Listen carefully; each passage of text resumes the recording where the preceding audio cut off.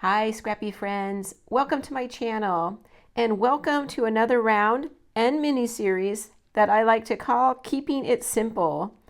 This is our first round for 2023, but if you missed any of the other rounds, I will have the playlist linked at the end of this video today.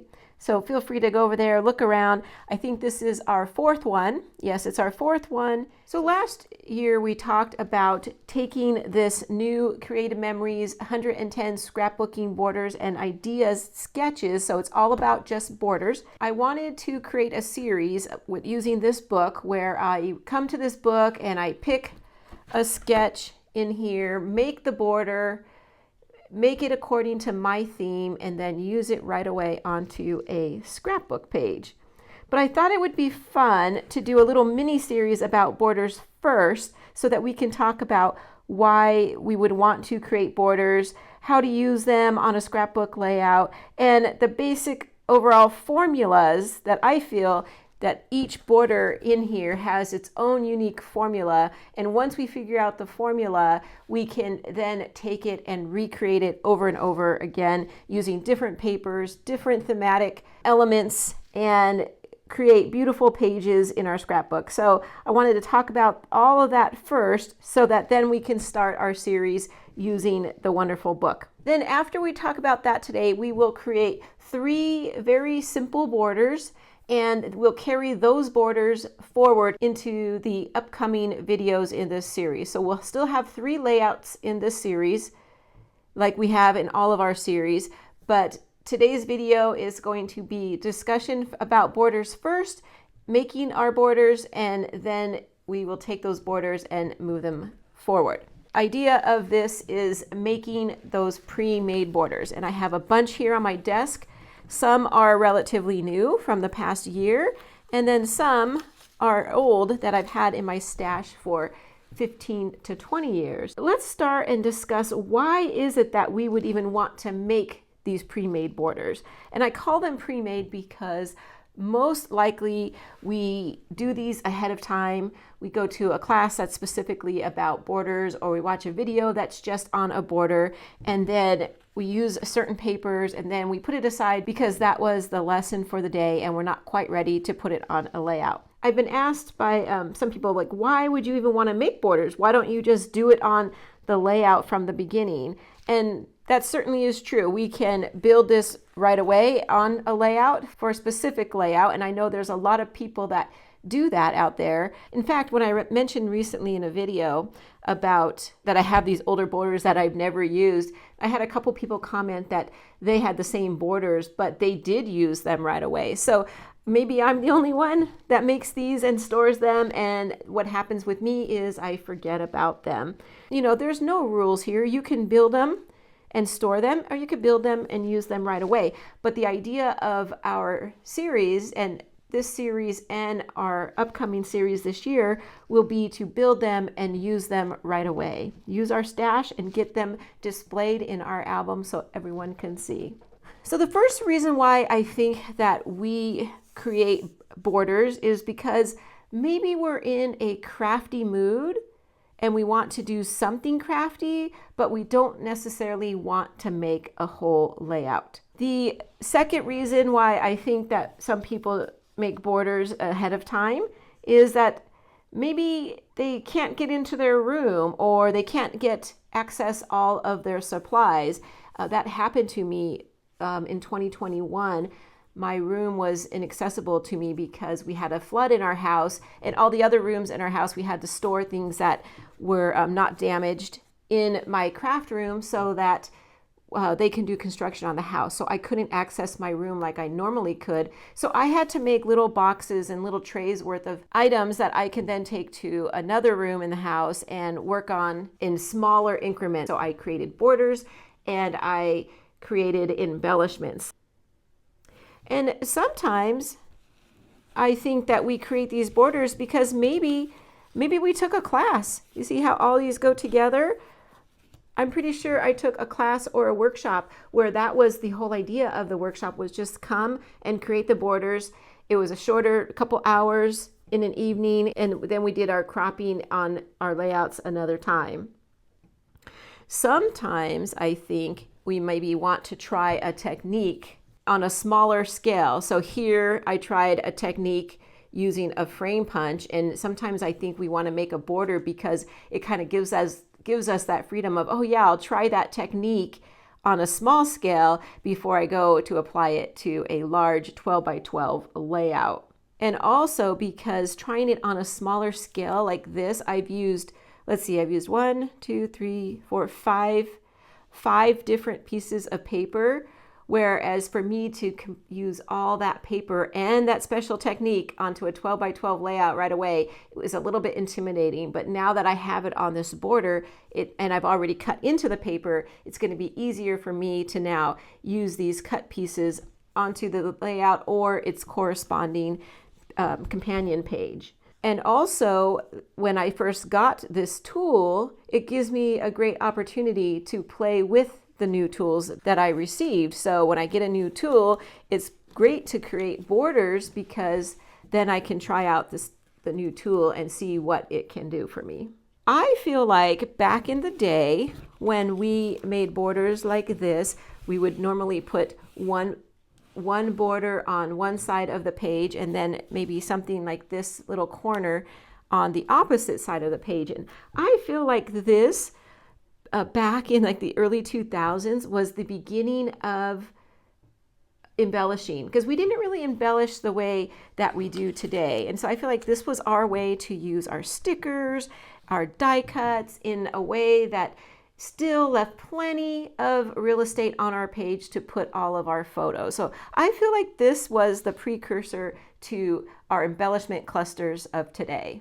And then the last and final reason why I think it's a great idea to make borders and why I think people use borders is because it really speeds up your actual scrapbooking process. So when you sit down to do your scrapbook page, you pull this out, you lay it down, and boom, you're ready to go. It has all your embellishments here. If you try and relate it to a specific theme, then you already have that. And now you can use the rest of the page for just to put your photos on. So if you're going to a crop or you're trying to get some pages done, pull out those borders, match them up to photos, and get them in your layout done, because the work on the border has already been done. So when it comes time to actually do the page, it just helps speed up the process. So let me know in the comments, anything that I mentioned, are those reasons why you create borders and why you like to do pre-made borders and have them on the ready for scrapbooking? Or did I miss something? Let me know if there's other reasons why you love borders as much as I do. Okay, let me clean this up and we're going to talk about where we can place these borders. Hold on, I'll be right back. Okay, so here's a scrapbook page that I'm starting to make, and I've pulled out this pre-made border because I want to make a Christmas page. Now, a full disclosure, when I created this, I have not yet adhered down my elements, and because I'm not sure which direction I'm going to use this. So like we were discussing earlier, a border is designed to hold our paper, our embellishments, our stickers, our die cuts, and it can even be a place where we can put the title of our page, or even a journaling box, or even a photo. So we really want to decide, how do we want to place this on our page? And I feel like there's 3 basic areas that we can place it on our page. The first one would be that I have here, and this would be either the bottom of the layout or the top of the layout. I count this as one category. So here it is at the bottom of my layout, and it can also swing it around and it can be at the top of my layout as well. And I could just make sure my title is facing the right direction. And then even within that, we have some choices. We can go all the way up to the top, or we can give some space and show our paper underneath. Okay. The second way that we can put this on our page is vertically or against the side. And again, you can go to the left side or the right side, or you could scoot it in as far in as you would want. And then the third way that I like to do is sometimes I like to put it right in the middle of the page. So then it would look something like that. And I do this just to have a different kind of creative look, but also you can use it to maybe use a half and half design so that you have half paper up here and another half down here. Sometimes you might even want to do it this angle to maybe divide up your story. So this would be a Christmas, so maybe the top part would be Christmas Eve and then the bottom part would be Christmas Day. Those are the three areas where we'll be talking a lot about the position and where we're going to put the border. But now let's move into the formulas. And I'm going to pull our book back out again. Because when it comes to creating borders, especially the ones we're going to look at in our book, if we look at the bare bones of the sketch, then like I was saying earlier, we can take that bare bones, change the paper, change the technique that we use around the edge or on the border with a different tool, and then we create a whole new border. So I actually made this one. In fact, I'll link the video to this one at the end as well if you want to take a look. I did this one before this book came out. This was a fun one. I wanted to use it as an example because we can compare it to the book and to the real layers of the border. So each border starts with a base because we need to be able to manipulate that, move it around our page like we were just showing with our Christmas border. So we need to have it on a base so we can move it around. If you're building it directly on your page, the base just usually adds some extra color and extra texture to our page. So it's still very important. Then depending on the border, the next piece will be a layer. Now this particular border, I kind of peeled it apart so you can see it has a base and then it has a green base, a green layer, a yellow layer, and then it has this red layer. Okay, so depending on the border, you would have 1 to 3. I don't know if I've seen too many that have more than that, but normally it's going to have some kind of first layer. This one has 2 additional layers to it. So each of the base and the layers could each have a technique done to them, or they could just be plain. So here in our sample, our base has a treatment, used a border cartridge to make the design, and then the green, the yellow are plain. They were just cut with the trimmer. And then the top layer, the red one, also had a treatment done to it with the same punch that this was used, the same border making cartridge that this was made with. And then after that, after we have our base and however many layers we're going to have, then comes our embellishments. And this could be taken in a lot of different ways. This could be a sticker, it could be a border sticker like this, it could be die cuts, it could be our title. Okay, so this represents our embellishments. Now, okay, let me clean all this up and we'll be right back to create some borders. Hold on. Okay, welcome back. So we're going to create 3 borders that we'll then carry forward into our next 3 videos. So the first border I'm going to make here, I'm going to just create my own border. I'm not going to follow a pattern. And I'm going to use basically all cardstock. This is going to be a border for a softball layout of my daughter when she was younger. And I don't have any particular paper that I wanted to use for the border, so I decided I'm going to just use her team colors, which were maroon, gray, and then I'm just going to bring in a little touch of white as well. This border that I'm going to make, it's going to have one base, and it's only going to have one layer on top of that base, and then one type of embellishment. So first thing I'm going to do is I'm going to use the maroon. And I brought in my border making system and a couple cartridges. The first one I'm going to use is Starry, which, let's see, can you see that? There we go. It's called Starry, and unfortunately this one is discontinued, but I know a lot of you have this, so I think it's okay to show that. And to use the border making system, I do have a video. If you go to my basics playlist, it will show very detailed explanation on how to use the border making system. So I've inserted Starry, and I'm going to just punch out one border.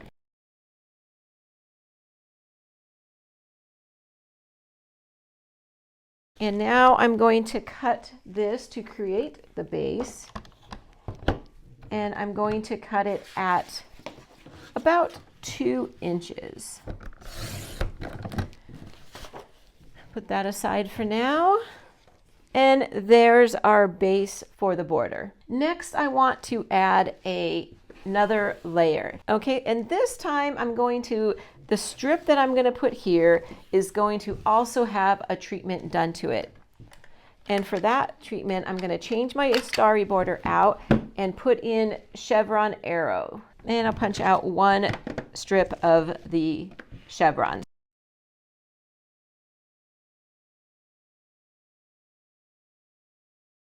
So this one, first I'm going to take off a little bit on this side. Okay, and then I'm going to turn it around and go to the 3/4 inch mark. Okay, let's see. Yep, there we go. I like that. We'll put the gray aside, and then here's our border so far. So here's that layer. Now I do want to back my chevrons with the white papers. I'm going to take a 1/2 inch strip from the white to put behind the chevrons. And I picked the chevrons, well, I picked the stars and the chevrons because, like I was saying, I'm making a softball layout, and I thought, of course, stars I think are good for any sporting event, and the chevrons actually reminded me of the lacing of the softball. So I'm just going to take this white strip and adhere it to the back side of the chevron piece, and it will look like this. And I do want my chevron arrows pointing up.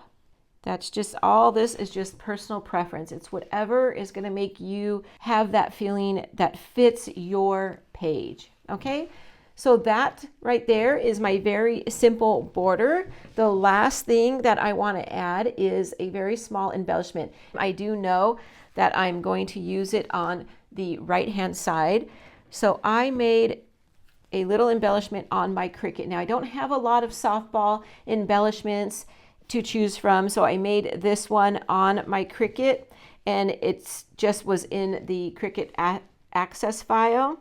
And I'm going to use this as my embellishment area. You'll see I already added a silhouette of a ball player, and I'm going to kind of put it at an angle so it'll sit just like that, and then I'll decorate it more once I go to do the page layout. Okay, so that's our first border. Let me clean up and we'll move on to border number 2. Hold on. Okay, so for border number 2, I'll be changing it up a little bit, and I will be pulling in some pattern paper from the Party Time collection. I'll be using a couple pieces from the Party Time Bright, and then one piece from Party Time Blue, as well as a laser cut border. Laser cut borders are super helpful and make our border making so much easier. Okay, now this is double-sided. I want to have more colorful sides, so I'm going to use this side. I got this idea for this border straight from the Creative Memories blog, and it's going to have one base and 2 layers. We're going to do a treatment to our 2 layers, and then we will have some embellishments, which I already did, spoiler alert, it's going to be our laser cut border. So first thing we want to do is to take our candle paper, and we're going to cut a 3-inch wide strip. So this is it's going to be a little bit larger of a border than the one we just made for the softball. But the reason that's so is because we want to make sure we have the candles. Okay, so my camera went out there for a minute, so I apologize for that, but I'm back now. And what I was saying was I'm going to make this a 3-inch wide border, but on this top part, I want to make sure that I'm going to get the candle flames in my border. So I'm going to bring down my sight lines, and it looks like I'm going to be okay. So let me go ahead and trim that. Other pieces, I'm going to start with the blue circle paper, and I'm going to get my scallop blade and change that out really quickly and give this edge a scallop cut. Now I like to line it up to the gray edge of the mat, because that gives me a much straighter cut. If I try and do it anywhere else, I tend to get an uneven cut. Then I'm going to change my blade back. Oops. Put in the straight blade, and for this one I'm going to give it a 2-inch cut. Put that over there with our other pieces, and this time we're going to bring in the red icon paper. This is a directional piece, so I want to make sure that it's going the way I want it to, and I do want it to go horizontally, so I have it turned. Change back to the scallop. I want to give a treatment to this layer as well, so I'll do the same thing, and there we go. Change the blade back one more time and turn this one around and give it a 1 3/4 inch trim. Okay, so slightly smaller than the blue one. And let me go ahead and put the scallop blade back so I don't lose it. Okay, and now here's our very simple border. We're going to make sure our candles are going up. Then I'm going to bring in my gray mat so I could align these. I'm just going to position it between the 9 and the 6. Okay, because I know that's a 3-inch. And then the blue paper will go right in the middle, so it's about a 1/2 inch up from the bottom and a 1/2 inch down from the top. And then the red one will go just slightly showing a little bit of blue at the bottom, and there we go. And I'm going to bring in my laser cut border, and I'm going to lay I do have that up on some foam tape. I put this down right at the edge of the red paper, and it will look like that. Okay, and there we go. That's border number 2. Let me put this away and bring out the materials for border number 3. Hold on. Okay, for our third border, I'm going to be bringing in a piece of paper from the new Silver and Gold collection. It's going to be this gold foiled paper here. And I'm also going to be bringing in a piece of this maroon paper from Showtime. These two collections go perfectly together. And then I'm going to bring in a piece of black cardstock. Okay, so this will be a graduation border for my son's high school graduation. And this will be a double page spread. So I will be making 2 of these. This border has one base, which will be our gold, and one layer, which will be the maroon, and then black will be for the embellishments. And I chose these colors because they are my son's school colors, so I think this is going to come out beautiful. And I'm going to give the base portion a treatment like we kind of did in our first, in the softball border. And for that, I'm going to bring in the Diamond Arch banner punch. Now, I went through all my banner punches and decided which one feels the most like graduation to me, especially graduation for my son. And this is the one, and it's called Diamond Arches. And I believe it's no longer available, so I apologize. But really, the technique here, any border punch, any edge border punch would work, and any of the banner punches would work.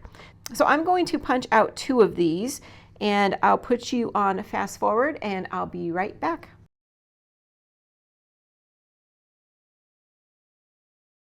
So this one I'm going to cut at 2 1/4 inches, and I went ahead and punched 1 on each side, knowing that I'll come back and just trim them off the paper. So 2 1/4, there we go. Okay, now all my scraps so far that I am collecting for each border, I am moving forward with the border onto the layout itself. So whether it's a 1-page or a 2-page, I am carrying it forward just in case I want to use it later. Okay, so there's that. Now for the maroon piece of paper, let me move this aside. I think we're done with our punch for now. We're going to bring back in our border making system. And once again, we'll be bringing back in the starry. So I guess I'm loving on starry for this series. I'll punch out 2 and I'll be right back. Okay. So I'm going to bring this back in. I need to trim it off, and I'm going to do this at 1 3/4 inch. Cut that. I need to do the other side. Okay. There we go. Now I'm going to bring in the black, and as part of our embellishments for this border, I'm going to bring back in my border making system, and this time I'm going to take out starry and bring in the photography. It's a chain punch, and again I will punch out 2 of these and I'll be right back. So we are back, and let's go ahead and assemble our borders. So we have our arched punched out of the base, and this is actually going to go like this. So I'm trying to not have such a glare on that. And then the maroon piece is going to be turned, and I'm going to cover up the little diamond punch out so that it's just the banner part hanging off, and I love that. Do the same thing on this side. I love how the gold stars, how the stars are shining gold through the punch out. And then I will take the camera and I will place it right here. So yeah, I'm going to move up this a little bit, move my cameras down a little bit, playing with the positioning a little bit on my borders. I might pop up my cameras onto some foam tape. It's very dark looking. Let me put it like this so we can see it. There we go. It's darker on this one because the paper is a little darker on that edge. So then what I'm going to do for an embellishment is bring my circle punch in and punch out a gold circle.